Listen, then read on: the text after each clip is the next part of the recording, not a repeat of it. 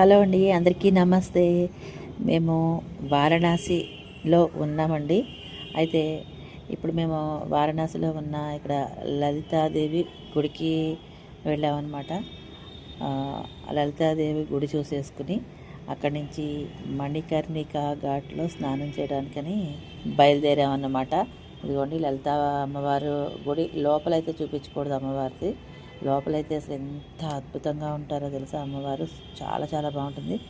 ఎవరంతటా వాళ్ళే వచ్చి చూడాలన్నమాట, అంత అద్భుతంగా ఉంటుంది. వీడియోలు లోపల తీయనివారు కదా, అందుకని చూపించట్లేదు. అయితే ఇక్కడికి మణికర్ణికకు వచ్చేసామండి. మణికర్ణికలో స్నానం చేసాము. 12ంటికి స్నానం చేయాలంటారు. 3 దేవతలు ఇక్కడ వస్తారట. అందుకని మణికర్ణికలో స్నానం చేసేసి రూమ్కి వెళ్ళిపోయామన్నమాట. మణికర్ణిక ఘాట్లో ఈ గుడి వంగిపోయింది చూడండి చాలాగా. ఇది ఎందుకు వంగిపోయిందంటే ఒక తల్లి కొడుకులు ఉండేవారనమాట. ఆ కొడుకు అమ్మ దగ్గరికి వచ్చి తల్లి దగ్గరికి వచ్చి, అమ్మ నేను రుణం తీర్చేసుకున్నాను, గుడి కట్టించాను, గుడికి వెళ్ళలేకపోతున్నా అన్నావు కదా కాశీ విశ్వేశ్వరుడి దగ్గరికి రోజుని, నీకు అందుకని ఇక్కడే గుడి కట్టించాను అని చెప్పి గుడి కట్టించాడనమాట. నీ రుణం తీర్చుకున్నాను అమ్మ తల్లి రుణం తీర్చుకున్నాను, అందుకని గుడి కట్టించానని చెప్పాను అన్నాడు.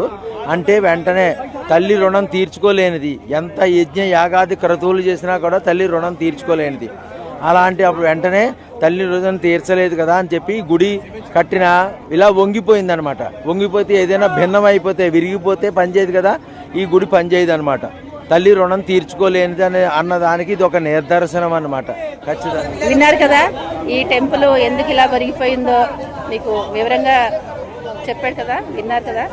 ఇది స్నానం అయితే అయిపోయిందండి. మణికర్ణికలో అనుకున్నట్టుగా స్నానం చేసాము. స్నానం చేసేసి ఇప్పుడు మేము మణికర్ణికేశ్వరుని దర్శనం చేసుకుని మళ్ళా రూమ్కి వెళ్తాం. ఇంకా మళ్ళీ ఎక్కడికి వెళ్తున్నామో ఏంటో మీకు మళ్ళీ అప్డేట్ ఇస్తాను నేను. అలాగే చిన్న చిన్న షార్ట్ వీడియోస్ పెడతాను. ఫుల్ వీడియో మన చంటంటి వ్లాగ్స్లో వస్తుంది, అది చూడండి. ఈ మొత్తం ఘాట్లన్నీ కూడా వీడియో తీశాను. ఓకేనా, బాయ్.